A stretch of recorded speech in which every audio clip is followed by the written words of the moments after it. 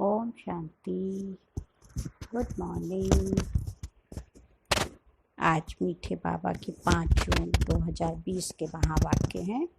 प्यारे बाबा ने कहा, मीठे बच्चे, तुम्हें अभी ज्ञान की दृष्टि मिली है ना। ज्ञान थर्ड आई जिसको कहते हैं, तो तीसरा नेत्र मिला है, इसलिए तुम्हारा भटकना बंद हुआ। समझ आ गई ना, जब नॉलेज मिल जाती तो हमारा भटकना बंद हो जाता, बुद्धि फिर इधर उधर फिरती नहीं है। तुम शांति धाम सुख धाम को याद करते हो। प्रश्न है, देवताओं में कौन सी ताकत है और वह ताकत किस विशेषता के कारण है? उत्तर है, देवताओं में सारे विश्व पर राज्य करने की ताकत है। वह ताकत विशेष एक मत की विशेषता के कारण है। इस समय बाबा की एक श्रीमत पर हम चलते हैं तो देखो वो ताकत आ जाती पूरे विश्व पर राज्य करने की। वहाँ एक मत होने के कारण वजीर आदि रखने की दरकार नहीं है। देवताओं ने संगम पर बाप से ऐसी श्रीमत दी हुई है जो 21 जन्म राज्य करते हैं। वहाँ एक राजा की एक दैवी फैमिली होती, दूसरी मत होती ही नहीं है। तो संगम युग पर देखिए, पूरे विश्व में बाबा के जितने घर हैं तो एक ही बात सब सुनाते हैं। ब्रह्मा कुमारी की एक ही बोली है, सब आत्मा परमात्मा के बारे में सुनाएंगे, सृष्टि चक्र के बारे में सुनाएंगे, 84 जन्मों की कहानी सुनाएंगे। सब एक ही तो बात सुना रहे हैं और एक ही मुरली के ऊपर ही चर्चा हो रही है। तो यहाँ से ही हमारी एक मत शुरू हो जाती है और वो संस्कार फिर सतयुग में भी ले जाते हैं। जबकि आज कलयुग में देखें, अपने ही मन में जो चलती हैं बातें, तो एक मत पर हम खुद ही नहीं टिक पाते हैं। अभी ये सोचेंगे, अभी ये सोचेंगे, पल में तोला पल में मासा। तो बुद्धि खुद ही स्थिर नहीं है। और बाबा की जब हम बनते हैं तो ज्ञान के आधार से बुद्धि को शांत स्थिर अडिग कर लेते हैं, तो कोई परेशानी नहीं होती। आज का गीत भी है, नयनहीन को राह दिखाओ प्रभु, दर दर ठोकर खाओ रे, है ना। तो ज्ञान का नेत्र नहीं है दुनिया में। बाबा ने हम बच्चों को ज्ञान की अभी दृष्टि दी है। ओम शांति। बच्चों को नयन मिले हैं, पहले नयन नहीं थे। कौन से नयन? ज्ञान के नयन। इसलिए थर्ड आई कहाँ दिखाते हैं? भ्रकुटी के बीच में, है ना। देवियों को, शंकर जी को का तीसरा नेत्र खुला तो विनाश हो गया। तो वास्तव में ये ज्ञान का जब तीसरा नेत्र खुलता है तो हमारे अंदर जो काम, क्रोध, लोभ, मोह, अहंकार, आलस, ईर्ष्या, द्वेष, घृणा, इन भूतों का विनाश हो जाता है। और जब अंदर से इनका विनाश हो गया तो हमारा दैवी स्वरूप बन जाता है। बस आ गई सतयुगी दुनिया, है ना। ऐसा थोड़े कि पूरा हमारा तहस नहस हो जाएगा, विनाश हो जाएगा। तो यहाँ पहले विनाश अपने अंदर की बुराइयों का होना है, और वो तब होता जब हमें ज्ञान का तीसरा नेत्र मिलता। तो बाबा कह रहे, बच्चे जानते हैं ज्ञान सागर एक ही बाप है और कोई में यह रूहानी ज्ञान है नहीं, जिस ज्ञान से सदगति हो, अर्थात शांति धाम सुख धाम जाना हो। अभी तुम बच्चों को दृष्टि मिली है, कैसे सुख धाम बदल कर फिर माया का राज्य व दुख धाम बनता है। पुकारने लगते हैं कि नयनहीन को राह बताओ। भक्ति मार्ग के यज्ञ, दान, पुण्य आदि से कोई राह नहीं मिलती है ना। शांति धाम सुख धाम जाने की राह उससे नहीं मिलती है। हर एक को अपना पार्ट बजाना ही है। बाप कहते हैं, मुझे भी पार्ट मिला हुआ है। भक्ति मार्ग में पुकारते हैं, मुक्ति जीवन मुक्ति की राह बताओ। उसके लिए कितने यज्ञ तप दान पुण्य आदि करते हैं, कितना भटकते हैं। शांति धाम सुख धाम में भटकना होता ही नहीं है। अब परम धाम में कहाँ भटकेंगे? आत्मा अपने शिव बाबा के पास बैठ गई जाकर के, और सतयुग में तो दैवी स्वरूप बन जाता तो और भटकना बंद हो जाता। यह भी तुम बच्चे जानते हो, वो तो सिर्फ शास्त्रों की पढ़ाई और जिस्मानी पढ़ाई को ही जानते हैं। इस रूहानी बाप को तो बिल्कुल जानते ही नहीं हैं। रूहानी बाप ज्ञान तब आकर देते हैं जबकि सर्व की सदगति होती है। सदगति माना ही अच्छी गति। पुरानी दुनिया बदलनी होती है, मनुष्य से देवता बनते हैं, फिर सारी सृष्टि पर एक ही राज्य होता है देवी देवताओं का, जिसको ही स्वर्ग कहते हैं। यह भी भारतवासी जानते हैं। आदि सनातन देवी देवता धर्म भारत में ही था। उस समय कोई और धर्म नहीं था। तुम बच्चों के लिए अभी है संगम युग और बाकी सब है कलयुग में। तुम पुरुषोत्तम संगम युग पर बैठे हो। बाबा क्या कह रहे हैं? ये जो समय चल रहा है इसको कहते पुरुषोत्तम संगम युग, धर्माओ युग, लीप युग, भाग्य बनाने का युग, प्रभु मिलन का युग। संधि बेला, दो युगों का संधि हो रहा है ना, मिलन हो रहा है। तो कितने सारे इसके नाम है। पुरुषों में उत्तम सर्वश्रेष्ठ बनने का युग। जो जो बाप को याद करते हैं, बाप की श्रीमत पर चलते हैं, वह संगम युग पर है और बाकी सब कलयुग में है। अभी कोई सॉवरेंटी किंगडम तो है नहीं, कोई राजधानी तो है नहीं। इस समय सब प्रजा का प्रजा पर राज्य हो गया। अनेक मतों से राज्य चलता है। सतयुग में तो एक महाराजा ही मत चलती है। एक महाराजा की मत पर सब चलते हैं। वजीर वहाँ नहीं होते, इतनी ताकत रहती है। फिर जब पतित बनते हैं तो वजीर आदि रखते हैं, क्योंकि वो ताकत नहीं रहती। अभी तो है ही प्रजा का राज्य। सतयुग में एक मत होने से ताकत रहती है। अभी तुम वो ताकत ले रहे हो। 21 जन्म इंडिपेंडेंट राजाई करते हो। अपनी ही दैवी फैमिली है। अभी ये है तुम्हारा ईश्वरीय परिवार।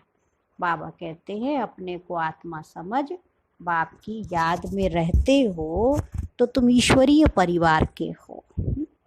अगर देह अभिमान में आकर भूल जाते हो तो आसुरी परिवार के हो।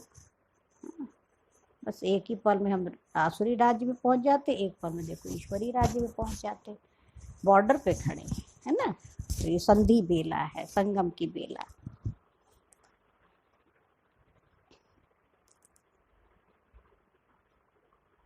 तो एक सेकंड में ईश्वरी संप्रदाय के और एक सेकंड में आसुरी संप्रदाय के बन जाते हो। तो बाबा कहते बच्चे अपने को आत्मा समझ शिव बाबा को याद करना कितना सहज है, परंतु बच्चों को मुश्किल लगता है। बाप कहते अपने को आत्मा समझ और बाप को याद करेंगे तो विकर्म विनाश होंगे। देह द्वारा कर्म तो करना ही है। देह बिगड़ तो तुम कर्म कर नहीं सकेंगे। कोशिश करनी है काम काज करते भी हम बाप को याद करें, परंतु यहाँ तो बिगड़ काम भी याद नहीं कर सकते हैं। देखो कोई काम नहीं, खाली बैठे अच्छे बाबा को याद करो, भूल जाते। यही तो मेहनत है भक्ति में। ऐसे कोई थोड़ी कहा जाता कि सारा दिन भक्ति करो। उसमें टाइम होता है, सवेरे शाम को व रात को। फिर मंत्र आदि जो मिलते हैं वो बुद्धि में रहते हैं। और यहाँ तो बाबा कहते दिन हो रात हो, नहा रहे हो, खाना खा रहे हो, हाँ कहीं पे भी हो, शिव बाबा को याद करते रहो श्वासोश्वास। तो अनेकानेक देखो भक्ति में शास्त्र बने हैं, वो भक्ति मार्ग में पढ़ते हैं। तुमको तो कोई पुस्तक आदि नहीं पढ़ना है, ना बनाना है। या मुरली छपाते भी हैं रिफ्रेश होने के लिए, बाकी कोई भी किताब आदि नहीं रहेगी। ये सब खत्म हो जानी है। ज्ञान तो है ही एक बाप में। अभी देखो ज्ञान विज्ञान भवन नाम रखा है, जैसे कि वहाँ योग और ज्ञान सिखाया जाता है। बिगर अर्थ ऐसे ऐसे नाम रख देते हैं, कुछ भी पता नहीं है कि ज्ञान क्या है, विज्ञान क्या है। अभी तुम ज्ञान और विज्ञान को जानते हो। योग से होती हेल्थ, जिसको विज्ञान कहा जाता है, क्योंकि योग में हम कहाँ जाते हैं? चांद सितारों से भी पार, सूक्ष्म वतन से भी पार, परम धाम में, है ना। तो वैज्ञानिक क्या करते? यही तो करते हैं। और ज्ञान माना बाबा के उसको कहते विज्ञान। और अभी तुम बच्चे ज्ञान और विज्ञान को जानते हो। तो योग से होती हेल्थ, जिसको विज्ञान कहा जाता है, और ये है ज्ञान, जिसमें वर्ल्ड की हिस्ट्री ज्योग्राफी समझाई जाती है। भाई नॉलेज के सब्जेक्ट में ज्ञान में क्या समझाएंगे? इतिहास भूगोल तो पढ़ाएंगे। और विज्ञान हम जो समझो एक्सरसाइज कर रहे हैं, बार बार आत्मा ऊपर जाती, फिर नीचे आती, फिर देह को छोड़ते, फिर नीचे आते, है ना। तो ये डिटैच होने की जितनी प्रैक्टिस करते हैं तो हेल्थ हमारी अच्छी हो जाती है, क्योंकि मन को कुछ काम मिल गया। जैसे शरीर को वर्जिश कराते, एक्सरसाइज कराते हैं, है ना, जिम ज्वाइन करते, तो शरीर हमारा हेल्दी रहता है और यहाँ आत्मा हेल्दी बन जाएगी। तो वर्ड की हिस्ट्री ज्योग्राफी कैसे रिपीट होती वो जानना है, परंतु वो पढ़ाई है हद की। यहाँ तो तुमको बेहद की हिस्ट्री ज्योग्राफी बुद्धि में है। हम कैसे राज्य लेते हैं, कितना समय और कब राज्य करते थे, कैसे राजधानी मिली थी, यह बातें और कोई की बुद्धि में नहीं है। तो बाबा क्या कह रहे हैं, ये बातें किसी की बुद्धि में नहीं आती, बाप ही नॉलेजफुल है। ये सृष्टि का चक्र कैसे फिरता है बाप ही समझाते हैं। बने बनाए ड्रामा को न जानने के कारण मनुष्य कह देते फलाना निर्वाण गया और ज्योति ज्योत समा गया। तुम बच्चे जानते हो सभी मनुष्य मात्र इस सृष्टि चक्र में आते हैं, इससे कोई एक भी छूट नहीं सकता। इस नाटक से एक भी आत्मा छूट नहीं सकती है। पार्ट बजाना ही है, चाहे खुशी से बजाए चाहे कैसे भी बजाए। तो कितना बड़ा ड्रामा है देखो, भावकर इससे कोई छूट नहीं सकता। बाप समझाते मनुष्य की आत्मा एक शरीर छोड़ दूसरा लेती है, बहुत बड़ा बेहद का ड्रामा है। सब में आत्मा बैठी है, उस आत्मा में अविनाशी पार्ट भरा हुआ है। इनको कहा जाता है बनी बनाई बन रही, अब कुछ बननी ना ही। तो अब ड्रामा कहते हैं तो जरूर उनका टाइम भी चाहिए। तो बाबा समझाते बच्चे ये ड्रामा 5000 वर्ष का है। भक्ति मार्ग के शास्त्रों में तो लिख दिया है ड्रामा लाखों वर्ष का है। इस समय ही जबकि बाप ने आकर सहज राजयोग सिखाया था, इस समय के लिए ही गायन है कि कौरव घोर अंधियारे में थे और पांडव रोशनी में थे। वो लोग समझते कलयुग में तो अर्जुन 40,000 वर्ष पड़े हैं। अब सोचो शास्त्र बने कब, लिखा किस समय गया, तो कितना समय बीत गया। शास्त्रों के पन्ने देखो किस हालत में आ गए और वही लाइन पढ़ रहे हैं, तो परिवर्तन तो हुआ ना। तो ये तो विचार ही नहीं किया। अभी 40,000 वर्ष नहीं पड़े, बाबा कहते हुए तो बहुत थोड़ा समय है। अभी कलयुग बच्चा नहीं है बल्कि थोड़ा सा बचा है। उन्हों को ये पता नहीं पड़ता कि भगवान आया है, इस पुरानी दुनिया का मौत सामने खड़ा है। सब अज्ञान नींद में सोए पड़े हैं। जब लड़ाई देखते हैं तो कहते ये तो महाभारत लड़ाई की निशानी है। ये रिहर्सल होती रहेगी, चलते चलते बंद हो जाएगी, है ना। पहले रिहर्सल होगी फिर चलते चलते बंद हो जाएगी। तुम बच्चे जानते हो अभी हमारी पूरी स्थापना हुई थोड़ी है। गीता में ये थोड़ी है कि बाप ने सहज राजयोग सिखलाए यहाँ ही राजाई स्थापन की। गीता में तो प्रलय दिखा दी है, दिखाते हैं और सब मर गए, बाकी 5 पांडव बचे और वो भी पहाड़ों पर जाकर गल मरे।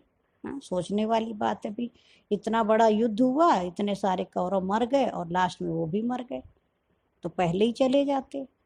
तो वास्तव में बाबा कहते कौरव पांडवों की आपस में युद्ध की तो बात ही नहीं है। कौरव जो भगवान से विपरीत बुद्धि, वो आपस में लड़ जाएंगे, और पांडव थोड़े से थे, मुट्ठी भर, माना 5 पांडव माना मुट्ठी भर। तो वो देह अभिमान जो है ना उससे गल मरे, बाकी ऐसे नहीं कोई शरीर छोड़ दिया।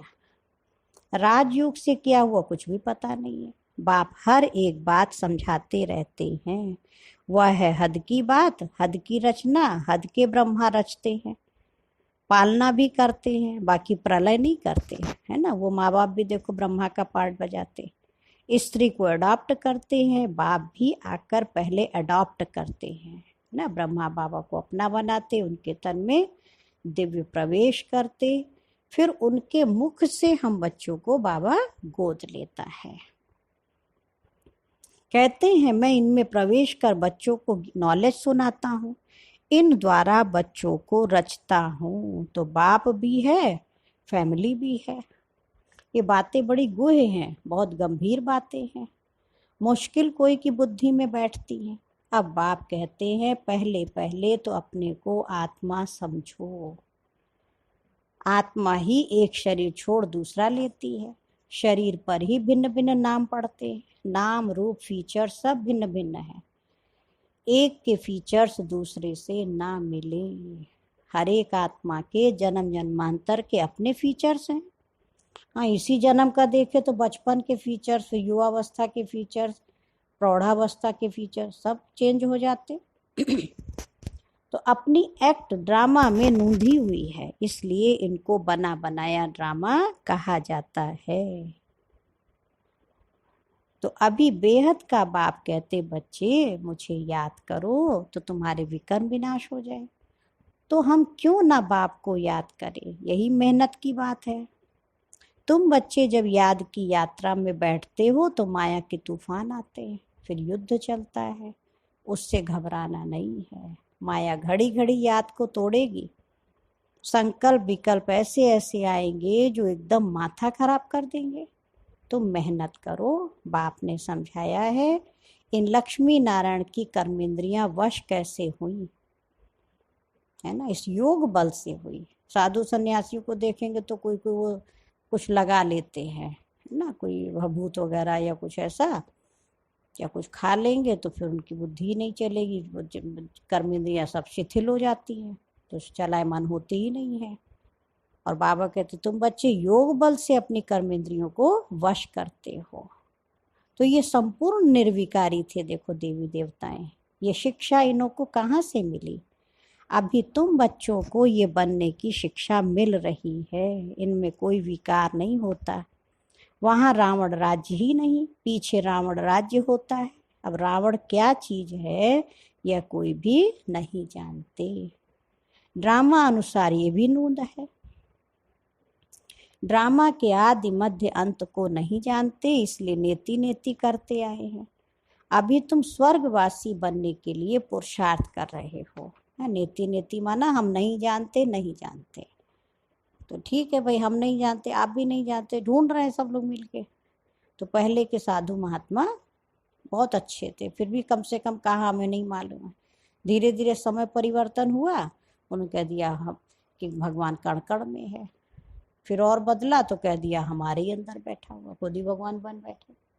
तो सारा खेल ही बिगड़ गया।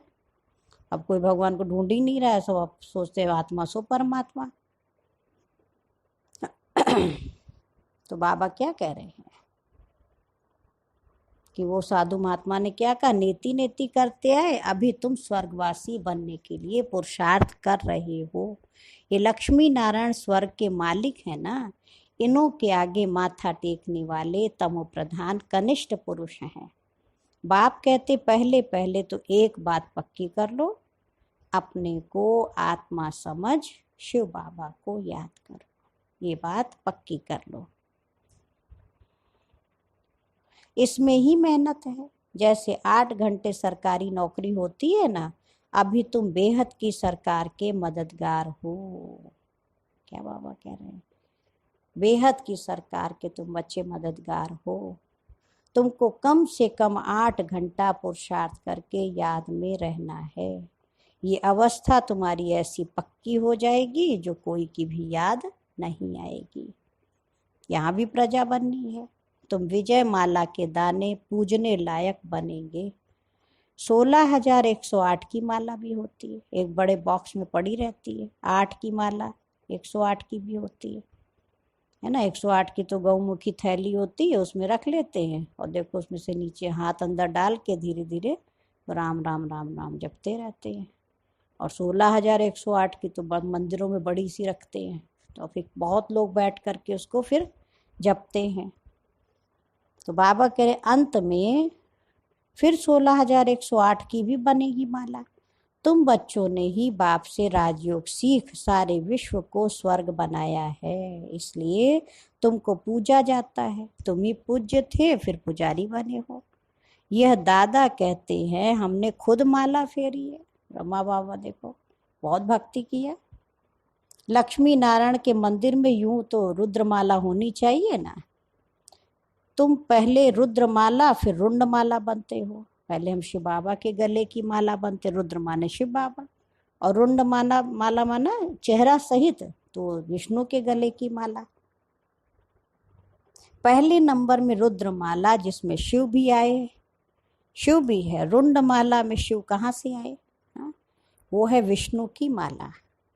इन बातों को भी कोई समझते थोड़े ही हैं। भाई शिव बाबा के गले में तो सब आ जाएंगे, सब सब भगवान के गले का हार बनना चाहेंगे, लेकिन विष्णु के गले में केवल 9 लाख पॉपुलेशन देखो स्टार्टिंग में है।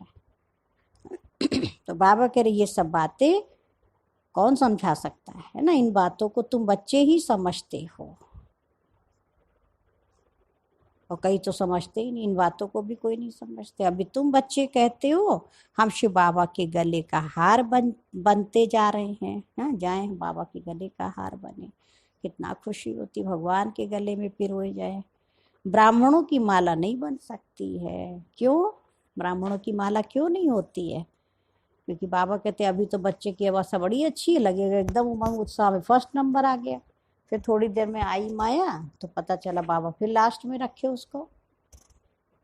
तो बाबा कह रहे जितना याद में रहते हो फिर वहां भी नजदीक में ही आकर राज्य करेंगे। ये पढ़ाई और कोई जगह मिल ना सके। तुम जानते हो अभी हम इस पुराने शरीर को छोड़ स्वर्गवासी बनेंगे, सारा भारत स्वर्गवासी बनेगा। इन पर्टिकुलर भारत ही स्वर्ग था, है ना, विशेष भारत, और फिर सारी दुनिया क्या कहलाएगी? स्वर्ग ही कहलाएगी। 5000 वर्ष की बात है, लाखों वर्ष की तो बात ही नहीं हो सकती। देवताओं को ही 5000 वर्ष हुए, स्वर्ग को मनुष्य भूल गए हैं, तो ऐसे ही कह देते हैं। बाकी है कुछ नहीं, इतना पुराना संवत आदि है थोड़े ही ना, है ही सूर्यवंशी चंद्रवंशी, फिर और धर्म वाले आते हैं। पुरानी चीजें काम क्या आएंगी? कितना खरीद करते हैं, पुरानी चीज की बहुत वैल्यू करते हैं। सबसे वैल्यूबल है, किसको कहें, सबसे वैल्यूबल है शिव बाबा। कितने शिवलिंग बनाते हैं। आत्मा इतनी छोटी बिंदी है, ये किसको भी समझ में नहीं आता है, अति सूक्ष्म रूप है। तो बाबा ही समझाते हैं इतनी छोटी बिंदी में इतना पार्ट भरा हुआ है, ये ड्रामा रिपीट होता रहता है। यह ज्ञान तुमको वहाँ नहीं रहेगा, ये ज्ञान प्रायः लोप हो जाता है। तो फिर कोई सहज राजयोग सिखला कैसे सकते? अब ये सब है भक्ति की बातें, है ना। तो भक्ति मार्ग में देखो क्या क्या बनाया बैठ करके। अभी बच्चे जानते हैं बाप द्वारा ब्राह्मण देवता क्षत्रिय 3 धर्म स्थापन हो रहे हैं, भविष्य दुनिया के लिए, है ना, नई दुनिया के लिए। वो पढ़ाई जो पढ़ते हो वो है इस एक जन्म के लिए, इनकी प्रारब्ध तुमको नई दुनिया में मिलनी है। ये पढ़ाई होती है संगम युग पर। यह है पुरुषोत्तम संगम युग। मनुष्य से देवता तो जरूर संगम पर बने होंगे। बाप बच्चों को सब राज समझाते हैं, यह भी बाबा जानते हैं। तुम सारा दिन इस याद में रह नहीं सकेंगे, इम्पॉसिबल है। इसलिए बाबा राय देते बच्चे चार्ट रखो, देखो हम कहाँ तक याद में रह सकते हैं। देह का अगर अभिमान होगा तो याद कैसे रह सकेगी, है ना। सोचो, पापों का बोझा सिर पर बहुत है, इसलिए बाबा कहते हैं बच्चे याद में रहो। त्रिमूर्ति का चित्र पॉकेट में डाल लो, है ना, ब्रह्मा विष्णु महेश का है ना, त्रिमूर्ति का दिव्य कर्तव्य का। तो इसको बाबा क्या कह रहे, अपनी पॉकेट में रख लो, है ना। शिव बाबा, ब्रह्मा बाबा हमारा अलौकिक बाप, और विष्णु हमारा लक्ष्य मध्याजी भाव, और शंकर द्वारा पुराने स्वभाव संस्कारों का विनाश। तो बाबा कह रहे चित्र पॉकेट में डाल लो, परंतु तुम घड़ी घड़ी भूल जाते हो। अलिफ को याद करने से बे आदि सब याद आ जाता। अलिफ माने अल्लाह और बे माने बादशाही। तो जब शिव बाबा को याद करेंगे, बच्चा बाप को याद करे, तो उसकी प्रॉपर्टी तो ऑटोमेटिक याद आने लगती है। तो बाबा कह रहे हैं बैज तो देखो सदा लगा रहे, लिटरेचर भी साथ में हो। कोई भी अच्छा आदमी हो तो उनको दे देना चाहिए। अच्छा आदमी कभी मुफ्त में लेंगे ही नहीं। बोले इसका क्या पैसा है, बोलो ये गरीबों को तो हम मुफ्त में देते हैं, बाकी जो जितना देवे रॉयल्टी होनी चाहिए। देखो बाबा भी सिखाता है, मांगना भी नहीं है पैसा, कह दो भाई गरीब है तो उनको फ्री में दे देते हैं, बाकी आपको जो भावना हो भले करो, हम और छपवा लेंगे इससे, है ना। तो बाबा कह रॉयल्टी होनी चाहिए, तुम्हारी रस्म रिवाज दुनिया से बिल्कुल न्यारी होनी चाहिए। रॉयल आदमी आप पे ही कुछ ना कुछ दे देंगे, ये तो हम सबको देते हैं कल्याण के लिए। कोई पढ़कर भी तुमको पैसे भेज देंगे, खर्चा तो तुम करते हो ना। बोलो हम अपना तन मन धन भारत की सेवा में खर्च करते हैं, सुना, अपने ही तन मन धन से भारत को हम स्वर्ग बना रहे हैं, क्योंकि रहना हम ही को है। अब आपको अपने मकान में रहना है तो तन भी लगाएंगे, मन भी लगाएंगे, धन भी लगाएंगे, समय श्वास संकल्प सब उस मकान को बनाने में देंगे, क्योंकि जब बन जाएगा तो सुख कौन उठाएगा, हम ही को उठाना है। अच्छा, मीठे मीठे सिक्की लधे बच्चों प्रति मात पिता बाप दादा का याद प्यार और गुड मॉर्निंग। रूहानी बाप की रूहानी बच्चों को नमस्ते। हम रूहानी बच्चों की रूहानी मात पिता बाप दादा को याद प्यार नमस्ते और गुड मॉर्निंग। शुक्रिया बाबा, शुक्रिया, बेहद दिल से शुक्रिया। और आज धारणा के लिए मुरली का मुख्य सार है, फर्स्ट पॉइंट है, इस बेहद की सरकार को मदद करने के लिए। शिव बाबा क्या, ये हमारा ईश्वरीय जो कार्य चल रहा है, ये बेहद की सरकार, बाबा के लिए इसको मदद करने के लिए कम से कम 8 घंटा याद में रहने का पुरुषार्थ करना है। याद में जो माया विघ्न डालती है उससे घबराना नहीं है, सुना, आएंगे टेस्ट आएंगे, लेकिन हमें घबराना नहीं है। सेकंड पॉइंट है, इस पुरुषोत्तम संगम युग पर ईश्वरीय संप्रदाय का बनकर ईश्वर की मत पर चलना है। कर्म करते भी एक बाप की याद में रहने का अभ्यास करना है। और आज का वरदान है, बेगर टू प्रिंस का पार्ट प्रैक्टिकल में बजाने वाले त्यागी व श्रेष्ठ भाग्यशाली आत्मा भव। जैसे भविष्य में विश्व महाराजन दाता होंगे, ऐसे अभी से दातापन के संस्कार इमर्ज करो। किसी से कोई सैल्वेशन ले करके फिर सैल्वेशन दे, ऐसा संकल्प भी ना हो। कोई कहे हमको पहले वो सुविधा दें, कुछ मेरे लिए करे तब तो मैं उनको करूं। बाबा कह रहे ये नहीं करना, इसे ही कहा जाता बेगर टू प्रिंस, तो ना एकदम हम बाबा के बच्चे बन जाए हैं, दातापन के संस्कार हैं। बेगर टू प्रिंस, पहले सब कुछ बाबा को सौंप के फिर सेवा करना। स्वयं लेने की इच्छा वाले नहीं हो, इस अल्पकाल की इच्छा से भी बेगर, है ना। बाबा कह रहे इस इच्छा का भी बेगर बन जाओ, हमें चाहिए ही नहीं, एकदम बस बाबा से लेना जो कुछ है, हमें मान सम्मान इज्जत कुछ भी नहीं। ऐसा बेगर ही संपन्न मूर्त है। जो अभी बेगर टू प्रिंस का पार्ट प्रैक्टिकल में बजाते हैं, उन्हें कहा जाता है सदा त्यागी व श्रेष्ठ भाग्यशाली। त्याग से सदा काल का भाग्य स्वतः बन जाता है। और आज का स्लोगन है, सदा हर्षित रहने के लिए साक्षीपन की सीट पर दृष्टा बनकर हर खेल देखो। सदा हर्षित रहने के लिए साक्षीपन की सीट पर, है ना। जैसे हम अलग मैच चल रहा है, हमने उसमें खेल लिया और खुद ही अपना देख रहे हैं, तो फिर क्या होता है, इरिटेट थोड़े, तो देखो कैसे पार्ट बजाए, तो खुशी होती है ना। तो अपने ही पार्ट को खुश होकर के साक्षी दृष्टा बनकर खेल को देखो। अच्छा, ओम शांति शांति शांति। और आज का स्वमान हम याद रखेंगे, मैं श्रेष्ठ भाग्यशाली आत्मा हूँ। ओम शांति।